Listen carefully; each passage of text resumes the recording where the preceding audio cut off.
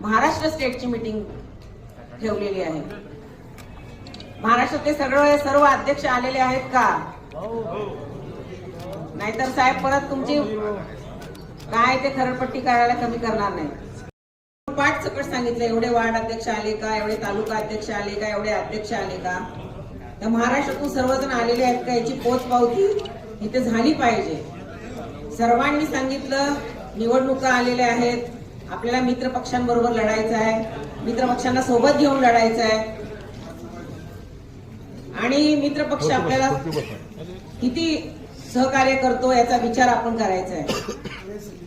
आपल्याला कागदेजींनी कशी निवडणूक होणार आहे, कसा फॉर्म भरायचा आहे, कसे प्रभाग होणार आहेत त्याची माहिती दिली आणि आपलं अस्तित्व टिकवण्यासाठी आपल्याला निवडणूक लढायची आहे ते विनोद निकाळजेंनी सांगितलं। माझ्या अगोदर सर्वजणांनी भाषण केलेलं आहे, सर्वांनी आपल्याला मार्गदर्शन केलेलं आहे। मी एवढंच सांगेन ही अस्तित्वाची लढाई आहे, आपल्याला कुठे मागे पडायचं नाहीये। कोणी सोबत असो अगर नसो आपल्याला निवडणूक लढायची आहे म्हणजे आहे। सर्वांनी झोपेतून जागे व्हायचे आणि फक्त 2 महिने आपल्याला फक्त रिपब्लिकन पक्षाचा विचार करायचा आहे, आठवले साहेबांच्या अस्तित्वाचा विचार करायचा आहे आणि निवडणुकीला सामोरे जाऊ।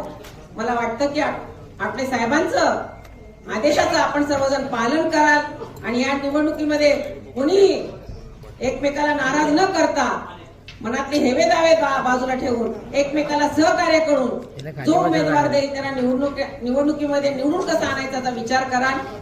मला बोलण्याची संधी दिली त्याबद्दल मी आभारी आहे आणि आठवले साहेबांच्या आदेशाचं पालन करा आणि आपल्याला महानगरपालिकेमध्ये कसं जाता